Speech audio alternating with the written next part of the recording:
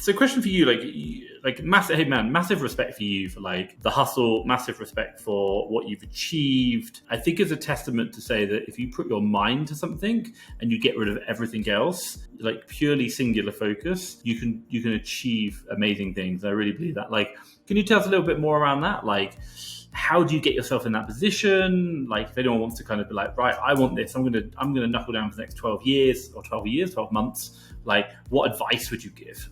I'm guessing it's mindset, isn't it? Yeah, you really have to almost become obsessed. Like, you have to become obsessed with it, and it has to be your singular focus, like your goals. I think motivation, I sort of design my mind around motivation. So I think motivation comes from like three things. You want to get to somewhere is a big piece to it. The second piece to motivation is you want to get away from somewhere. And the third piece is you have some type of opponent that you're trying to prove wrong. And if you can combine all three of those pieces together, like you can develop all kinds of just unlimited amounts of motivation when you can do that. But the story that you tell yourself, and there's all kinds, like I have to constantly monitor the stories that I tell myself of, but I'm my biggest fan too. Like, I encourage myself. I'm like, you can do this. Like, you can just get up and just start.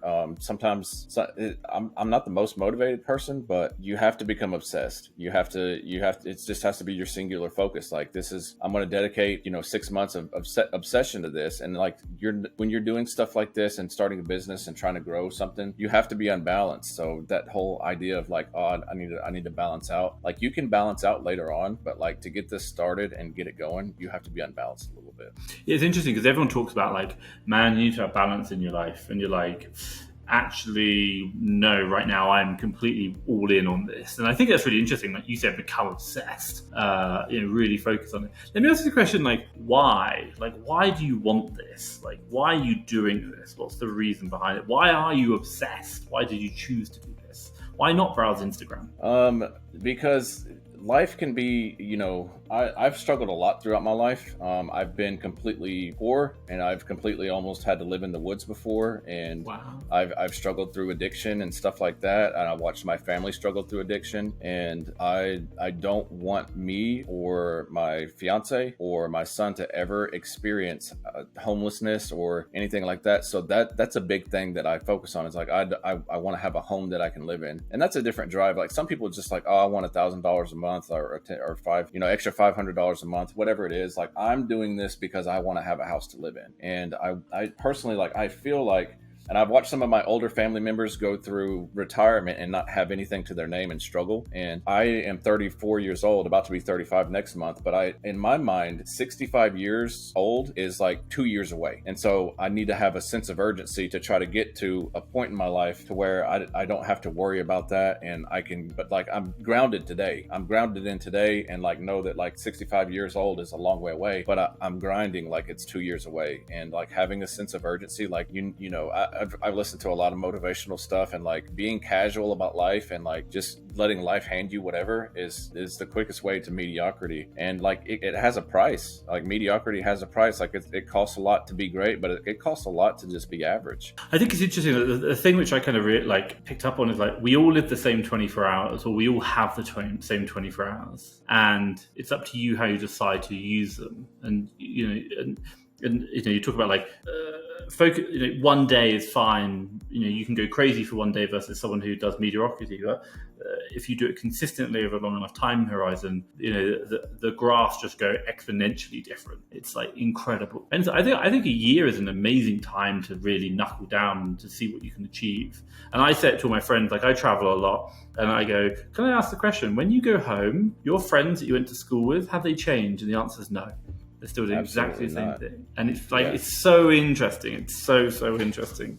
So like, what is the goal? So you talked about house. You want to be, you're thinking like at 60, like, is this you for the rest of your life, or is there a goal to achieve? You talked about somewhere you want to get to. I can see where you're getting away from, but where are you going? So financial independence is something that like I want to reach, and I kind of have a particular number in my head that I want to reach to. It's like about $2.5 million. Cool. Like, once I could be, hit financial independence, if anybody follows like, financial stuff. But I want to get to that. that. I want to do this full time. I want to teach other people how to do it, maybe coach some people, do this and that. I haven't really dabbled into that, but it takes money to make money. And, you know, the whole reason that I started Amazon is because I had a little bit of money that I wanted to put into and get at least a 20, 30, 40% return on it and grow my money like that. And that was the big reason of me starting Amazon, to do that. But like now it's growing into something else. And I'm like, man, I could do this full time. I could grow a business. I could help other people change their lives and help them grow a business or employ people. I don't really know where it's going to go, but I know that I need to get to $2.5 million. Do you have a time frame for that, can I ask? Do you have an estimation of when you think you'll get there? I'd like to get there in about 8 years. I'd like to get there in about 8 years, maybe 13 years. And I think that's totally doable, but 8 to 13 years. One of the things I hear a lot is like, man, that's too long. Like, I don't have that much time. I'm like, you're willing to do a job 40 hours a week and you'll never earn that after 40 years. And you're not willing to work 8 to 13 years. You're like, wow, that's incredible. Question for you. Why do you want to help people? Like, and I kind of know why, but I know some people are like, oh man, everyone's helping. Like, why is everyone like wanting to help people? Why are you doing this? Like, why? I was listening to a real estate podcast one time, and he said the best way to make $1 million is to give $1 million away. And the best way to give $1 million away is to teach other people how they can achieve whatever it is that I want to achieve and make everybody's life a little bit better. Like, connecting with other people. Connection is like the biggest human experience to make you feel fulfilled and to help other people. Like, you can do so much on your own, but like, I mean, if you complete a high score of like $1 million just on your own and on an island all by yourself, like, what's the point? Like, help other people, connect with other people. It's important. And like one of the things, taglines in my Instagram is like connect and serve. Like, be a servant. It's not have to be some ego driven, I'm a guru on the top of whatever. Like, I'm a little bit up the mountain of whatever, and I can reach back down the mountain and help some other people get up to where I'm at. And I think that's good you can only keep what you have by giving it away. Yeah, I think the other interesting one is that you refine your craft by teaching others and sharing it, because by them asking you questions, you become better at it. And it's like, you know what you're doing, but they're going to spot problems in your operation that maybe you didn't even see, and be like, oh wow, yeah, like I see that.